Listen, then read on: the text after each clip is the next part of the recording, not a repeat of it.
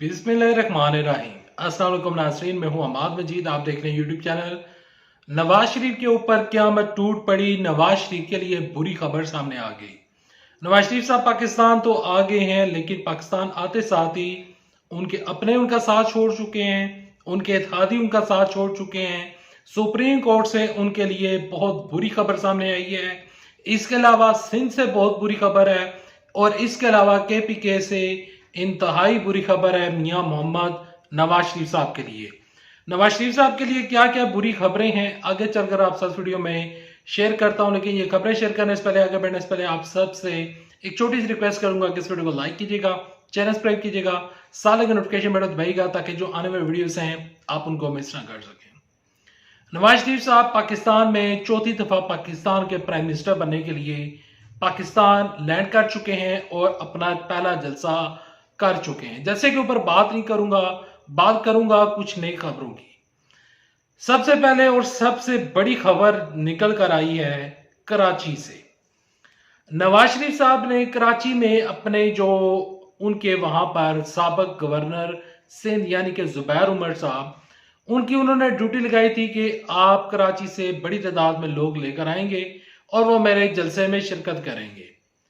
जुबैर उमर साहब को जो टारगेट दिया था वो टारगेट पूरा वो नहीं कर सके। लेकिन कराची से उनके लिए एक और बहुत बुरी खबर सामने आई है कि कराची में उनकी बड़ी इत्तेहादी पार्टी थी पीपल्स पार्टी।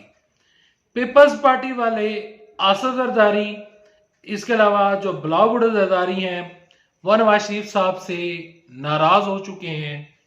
उन्होंने नवाज शरीफ साहब से मुंह मोड़ लिया है। जरदारी साहब का आखिरी और बड़ा फैसला आया है कि हम नवाज शरीफ का साथ नहीं देंगे। जरदारी के पीपल्स पार्टी के सीनियर तरीन रहनुमा फैसल करीम कुंडी साहब ने कहा है कि मुजरम नवाज शरीफ साहब का जलसा मायूस कुन था।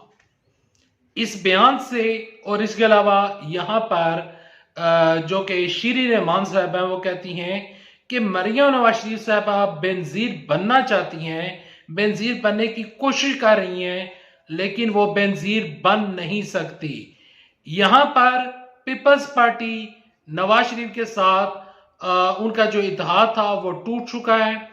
जरदारी ने नवाज शरीफ साहब को नो बोल दिया है और बिलावल भुट्टो जरदारी ने इत्तेहाद से निकलने का ऐलान कर दिया है। नवाज शरीफ साहब के इत्तेहादी इनका साथ छोड़ चुके हैं। शाहिद खाकान अब्बासी ने मुस्लिम लीग नून के इस बड़े जलसे को, जो कि इस बड़े जलसे मुस्लिम लीग नून जो है वो इस जलसे को बड़ा कह रही है, इस जलसे में उन्होंने शिरकत नहीं की। शाहिद खान अब्बासी साहब का मुकाबला हुआ था 2018 में सदाकत अली अब्बासी के साथ। सदाकत अली अब्बासी साहब तहरीक इंसाफ को छोड़ चुके हैं और वो हलका अब लावारस हो चुका है।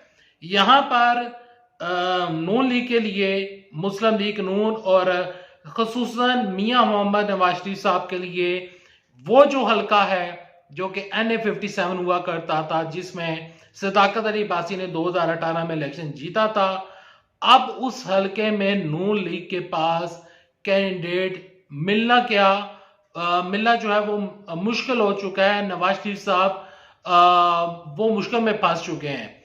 क्या चौधरी निसार अली खान को उस हल्के में टिकट दिया जाएगा? ऐसा होता हुआ नजर नहीं आ रहा। नून लीग की जो गेम है वो खराब हो चुकी है। शाहिद खान अब्बासी साहब उनका साथ छोड़ चुके हैं। इसके अलावा पीपल्स पार्टी उनका साथ छोड़ चुकी है। और यहां पर जो नवाज शरीफ साहब हैं वो कोशिश कर रहे थे कि KPK में, एक तो मौलाना फजलुर रहमान की पार्टी है, दूसरा वो कोशिश कर रहे थे कि यहां पर परवेज खट्टर के साथ इत्तेहाद बना लिया जाए। परवेज खट्टर साहब ने कल जलसा किया, वहां पर लोगों ने शिरकत ही नहीं की। परवेज खट्टर को लोगों ने पेशावर में मुस्तरद कर दिया। और दूसरी जानब से जो नवाज शरीफ साहब हैं वो कोशिश कर रहे थे कि किसी तरीके के साथ IPP के साथ जो नई पार्टी बनी है, इस्तेकाम पाकिस्तान पार्टी जो है, यानी जहांगीर तरीन पार्टी है, उसमें उनके साथ वो इत्तेहाद बना ले। लेकिन ओन चौधरी के साथ जो मुलाकात हुई वो नवाज शरीफ साहब को रिसीव करने के लिए गए थे, उनकी वहां पर मुलाकात हुई तो जो इस्तेकाम पाकिस्तान पार्टी है उन्होंने ओन चौधरी को नोटिस जारी कर दिया है। यानी कि यहां से इस चीज का अंदाजा हो जाता है कि नवाज शरीफ साहब के साथ कोई भी इत्तेहाद करने के लिए तैयार नहीं है और इसी वजह से खबरें चल रही हैं कि नवाज शरीफ साहब ने जाती उमरा के दरवाजे बंद कर दिए हैं। 1 मिनट अजान शुरू हो गया, फिर इस वीडियो को कंटिन्यू करता हूं।